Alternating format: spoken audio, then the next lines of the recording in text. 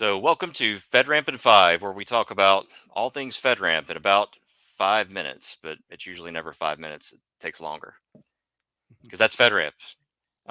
So, I'm your host, Jason Shropshire, and today I've got Gary Damer, CEO of Infusion Points, with me.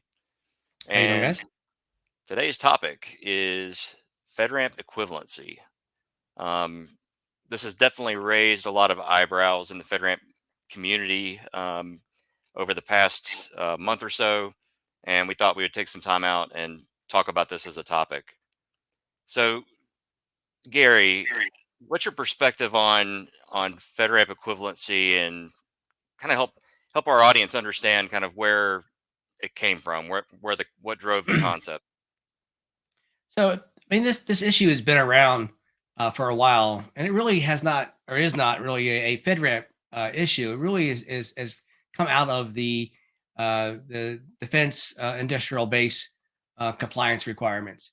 It's been around for 6 or 7 years, give or take a year, but very focused on trying to help people understand how to use cloud services in the DFARS community, to include now the CMMC community. Folks who need to meet the DFARS slash CMMC requirements. There's been a statement inside DFARS 7012 that said if you're going to use cloud services, you need to use a FedRAMP moderate equivalent. So for many years, we all were questioning what equivalent really meant. And the DoD published a memo earlier this year discussing what they mean by FedRAMP equivalent. Yeah, yeah, and really, going back to the 7012 requirement that we're talking about, this is directly off of acquisition.gov, but part of this is if the contractor intends to use an external cloud service provider to store, process, or transmit any covered defense information, the contractor shall require and ensure that the cloud service provider meets security requirements equivalent, there's that word, equivalent, to those established by the government for FedRAMP moderate baseline. So, and really, this was all the guidance that was really out there for a long time. Starting back in what, 2017, At till least. this memo came out. Um, this was kind of left open to interpretation. Nobody was quite sure what it meant. Some, I would say that, some took liberties with it. Others were very conservative and just used FedRAMP authorized solutions only. But it wasn't well defined, I would say, as to what this meant, and there were varying opinions about what it truly meant. I think what we were truly trying to drive our customers to, we're really leveraging FedRAMP authorized systems, because there truly isn't anything that's FedRAMP equivalent because of how you manage a solution. However, what we were telling our customers, is to get somebody to do a FedRAMP attestation. So very similar, and we'll see this coming up in the memo. But very similar to what the Yeah. memo was saying, by having a 3PAO audit the system to FedRAMP moderate requirements. Yep. I think that's the key.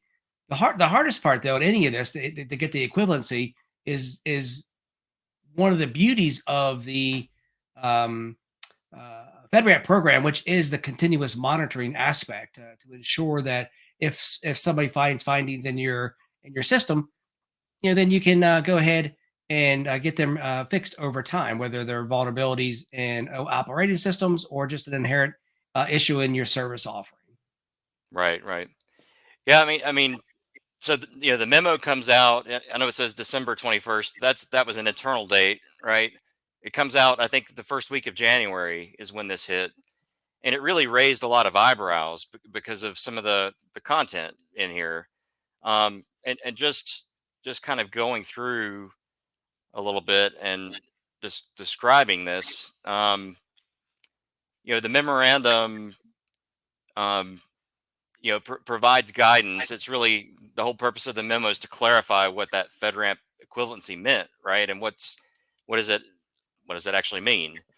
Um, they start by saying that the intent is not to apply this to CSOs that are already authorized under the existing FedRAMP process. This was really, around CSOs that maybe can't get a federal sponsor to get through the FedRAMP process. But for one reason or another, there's a desire for the DIB community to leverage their cloud, right?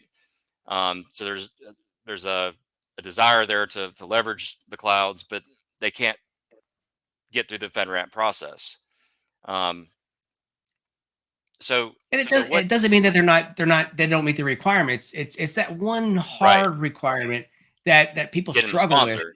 Getting that sponsor, I mean, that's the Yeah, hardest aspect, because, we absolutely. help a lot of customers through the FedRAMP process, and one of the hardest things we have to do is really get their sponsor engaged, with this process, and that's what the Department of Defense is really trying to circumvent here, is really to, test somebody's controls, Give but another not have a way. sponsor. Move the Yeah. sponsorship piece out of the way. So Yep. So they lay out, to be considered FedRAMP moderate equivalent, CSOs must achieve 100% compliance with the latest FedRAMP moderate security control baseline through a 3PAO assessment, um, and present the resulting body of evidence, which basically, we compiled, everything. It's basically the entire SSP package, including the SAR, and the POAM. And further, it lays out that, that 100%, right, really raised eyebrows, um, because being involved in FedRAMP for a ton of customers now, and seeing our customers all the way through this process as advisors and builders, Gary, how often have we seen 100% compliant SAR? I don't think we have. Never. I don't think we have. We've come close a couple times, Yep. but there's always something found in a pen test or some kind of vulnerability test, some kind of operational control that people can fix it. During the testing process, but it still can create or has some kind of risk that needs to be mitigated in one way or another. I mean, I've always warned our customers that, if you go in with a really super low number of findings, it's going to raise eyebrows, It does. in the PMO, as to, was the audit conducted, with enough vigor? Right. Was it thorough enough? Um, so it's never been it's great to aspire to low findings, right? Yes. That's not my point. And typically, we are on the low end of the packages that we are involved for the full, build, especially. Um, Right. but yeah, you can't go in with zero findings. So, uh, that creates a little bit of an issue. Certainly caused some heads to explode, I think, at first. Um, and And a what do you couple of think about the other second things part? here. Yeah, what do you think about the Well, second part of that? The whole body of evidence piece, Jason. I mean, well, you know y- I mean, we know that, as a, let's say you're inheriting, like you're using AWS's, infrastructure, right? mhm, Um, like, we don't have access to the whole body of evidence for that, right? And in fact, um, only right, federal agencies really get access to the packages that are fully authorized, to do package reviews, especially including, the security assessment report, the pen test report, the POAM. Those are all going to be, very sensitive, and you don't want that information shared around. So I thought it was a bit surprising, that, it's suggested here, it's really required that this whole body of evidence, which includes all these things, gets shared around to anyone who wants to use the cloud, including, some of these DIB, uh, contractors aren't super big and super sophisticated, right? So, and you're going to put this information in a lot more people's hands, kind of spreading it around, could do more harm than good. sharing this kind of information around. That was what was stuck in the back of my mind. The weekend that this came out was, wow.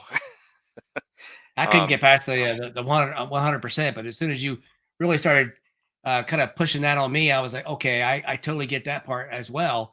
yeah, Every customer that you wanna bring on, they're gonna wanna see your SSP, which includes all your documentation around how you do configuration management, how you do your incident responses, how you do contingency planning. And in some cases, incident response plan and contingency plan are probably very good documents to share with your customers because they may be part of that incident response, or you may have to write a document for them to help them with the incident response as well. SAPs, are how the 3PAO really came in and tested you. What avenues did they look at when they tested you? The SAR, it has any findings that they have, whether it's just an OS finding or it's a finding that was maybe found during testing, but maybe was fixed during testing as well. So it can have it has the pen test reports in there and any additional artifact that the customers are going to want to see. I think it goes back to what you said initially, Jason, is the customers who we sell our services to may not know exactly what they're looking at when we share these things with them, and then how do we go about really truly sharing these with them in a very secure manner, so that they cannot leverage them in a bad way as well. right, So right. And the other thing that sticks out in my mind is the intellectual property issues as oh, well, right, right? So you're protected when you, like, say you have intellectual property in your SSP. Generally you're protected against the government from stealing your IP, right?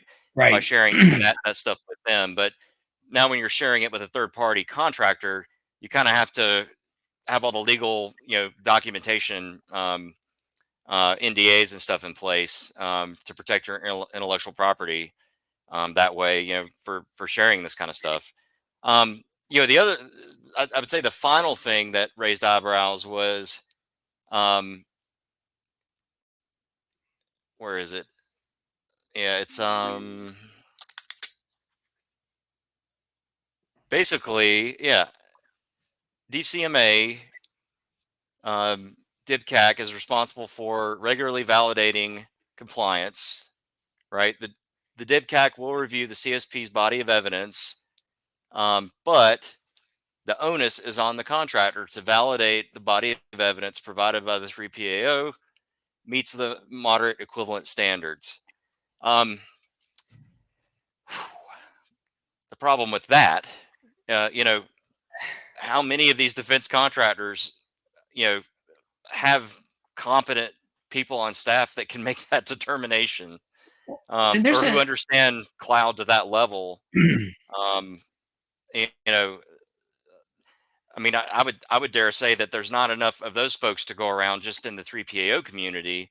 Um, to have like quality assessments, everywhere. We've talked a lot about that. There's just not enough people that are trained and know how to do this stuff and how to audit it.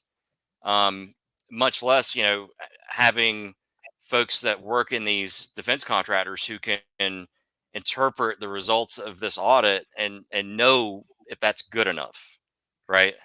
I think Um, there's one other issue in this one as well too, Jason, is who's providing the evidence? Is it the 3PAO to the CSP, or is it the CSP that has to provide the evidence to the customer as well? When you look at that sentence oh, the there, bot, the you, yeah, yeah, you could take it both ways as well. So is the 3PAO is going to be responsible for providing that body of evidence, to the customers of the CSP, right? Um, so yeah. I mean, you know, as far as FedRAMP goes, the standard has always been that the PMO, houses the package, right? It's always been an OMB Max, and now I know they're moving that to an agency's platform, because OMB Max isn't going to be an option anymore. But um, I mean, that's a great point. Like 3POs haven't really had that responsibility in the past, right? To be that repository or house that information on behalf of the CSPs. Um, the CSPs always have the body of evidence, right? Because it's they paid for the audit, they get the SAR, they develop the SSP, um, that kind of thing. So I guess it would have to be the CSP, right? That would do that, but um, I think it does and ask. It just raises a little bit of a question there. What their intention well, was there. You know. and then there's Um, the repeatability part of it as well. Like if this CSO is leveraged by a lot of different defense contractors, like which one's going to pay for the audit? um, hmm. the whole purpose of the FedRAMP program was reuse, right? Right. But it sort of busts the reuse model by having one defense contractor kind of own that relationship. But anyway, um, digressing some here, but um, one of the things that we thought of, like as a solution to this, right? And I do think the industry needs to weigh in and come up with some approaches here that might help. But I really think that you know, like you were saying, Gary, like making the three PAOs um, have a bigger part of the function of this, right? Um, to kind of do that attestation and have that attestation be adequate for equivalency, right? Right. We thought that's one of the solutions because part of the issue with that we've seen over the years with FedRAMP is it's the 3PAO model is a little bit broken in that in a way the 3POs aren't trusted to do their job. It's like Hmm. the 3POs do their audit, and then the PMO reviews or has sometimes multiple review cycles to try to get the quality up to a certain level, right? Um, so anyway, there's definitely work to be done there, and a lot of I think ideas. Um, but Okay, another example could be, this the same way they did the SPRS system, right? Is a scoring system. So once you get your audit done, maybe there's a gold star, yeah, for the folks who pass the audit, and then every year, you've got to be able to, um, kind of pass that audit anyway. I mean, that's what the memo says. So you have to do the audit every year. So in order to maintain your gold star or checkbox or whatever it could be inside of maybe SPRS, um, there's got to be a way to house this and then really be able to protect the intellectual property and then also the integrity of the security boundaries of the system that you're trying to sell to these commercial entities, right, who are really responsible for uh, the cloud service provider that's helping maybe protect them as well, right? So, right. a lot a So lot of decisions there for them. so in the 3 or 4 weeks after the memo came out, there was a ton of chatter about this, right? And then I think on was it January 30th, there was that Maritalk event in DC where the DoD CISO made some remarks, and there was a couple of different news articles that came out about it that'll be down in the show notes in the description of the video for reference. But this is one of them that um, came out of GovConWire, reporting on the remarks that the DoD CISO made.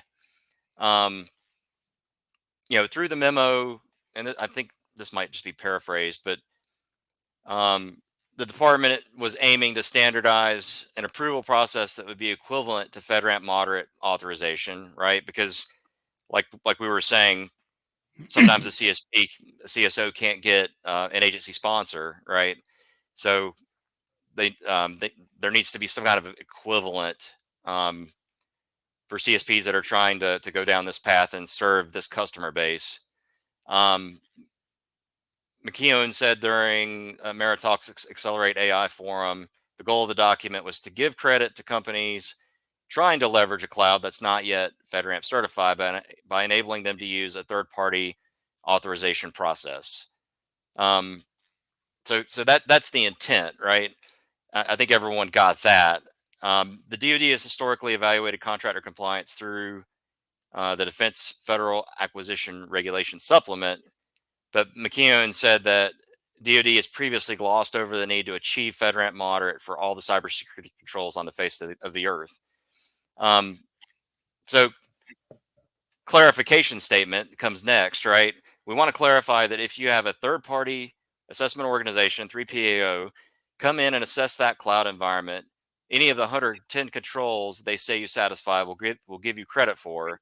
If there are some that you do not, you're going to have to go back and work out a customer responsibility matrix where the customer handles the remaining delta. Um, okay, so this makes sense, right? And I think the big point that they were making was they don't have the ability to manage poams, right? So that's why they said no poams and 100% compliance, right? But now they're saying you can kind of substitute out your compensating controls for things that maybe the cloud can't quite do. So it sounds like they might open up the ability to accept poams where you can demonstrate that at least for certain controls, you have some kind of compensating control in there. Is that the way we're taking this? I'm almost. I think yes, but is it really mainly just for the 110 controls that are inside of 800 that map back to Right. 853 controls? Well, I've talked about this for a long time. Go ahead and continue. You know exactly yeah, what yeah. you're I mean, saying on. I think I think that comes from inheritance, right? Because level two, CMMC level two is requires 171. So I think that there's a bit of confusion between, um, that he wasn't really talking about the FedRAMP moderate part for the cloud provider because that is the requirement for the cloud provider, right? But he's talking about how those controls can be inherited by a customer that needs to meet 800 171, right? And we know that there's a Right. mapping, there's a strong mapping between the controls, and there's overlap with the 800 171 controls and how they map onto FedRAMP moderate. There's fewer in 800 171, right? Um, our thinking, I think, is that, um, like like think of the FedRAMP core controls, right? If there's hybrid responsibility, I think shared responsibility comes into play here, right? And that's one thing that was a bit left out, and I think needs to be addressed. But I think that the CSP has to determine, or the 3PAO rather, has to determine, you know, is there a core requirement, a core control requirement that's missing from the CSP, right? If there's no way for the the tenant of that cloud to implement that control, then that would sounds to me like it would be a disqualifier, right? Right. But if there's a way for them to compensate for that in some way, it sounds like it may be. Um, it sounds like that might be possible, or those kinds of poems could be accepted. Um, it, it definitely makes the plot a little bit thicker, I think. In having to think about things this way, in either in the audits or in the way that compliance is thought about for CMMC level 2 for those defense contractors. Hmm. I agree. Yeah.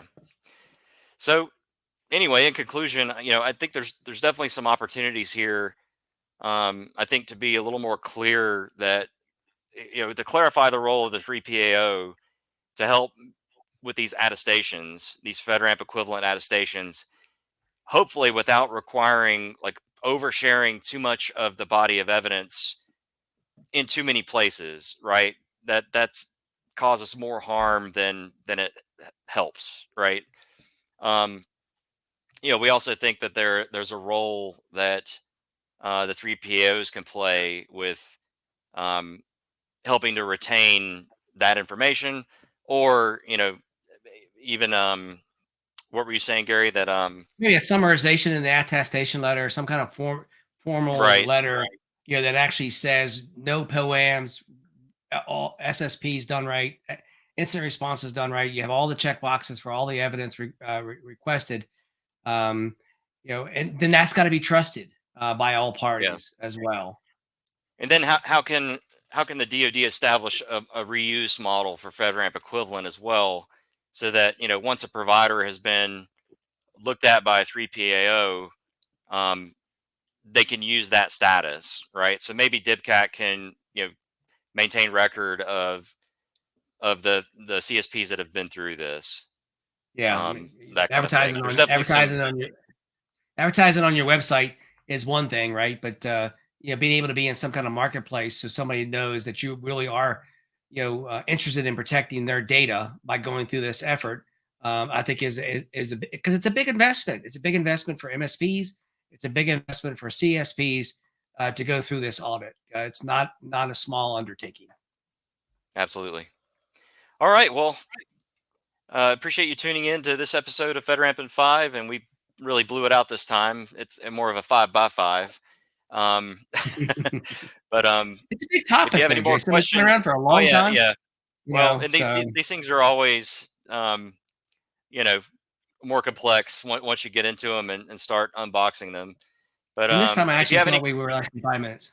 yeah, if you have any questions on FedRAMP equivalency, give us a call or reach out to info@infusionpoints.com. Take Thanks, care. guys. Appreciate the time.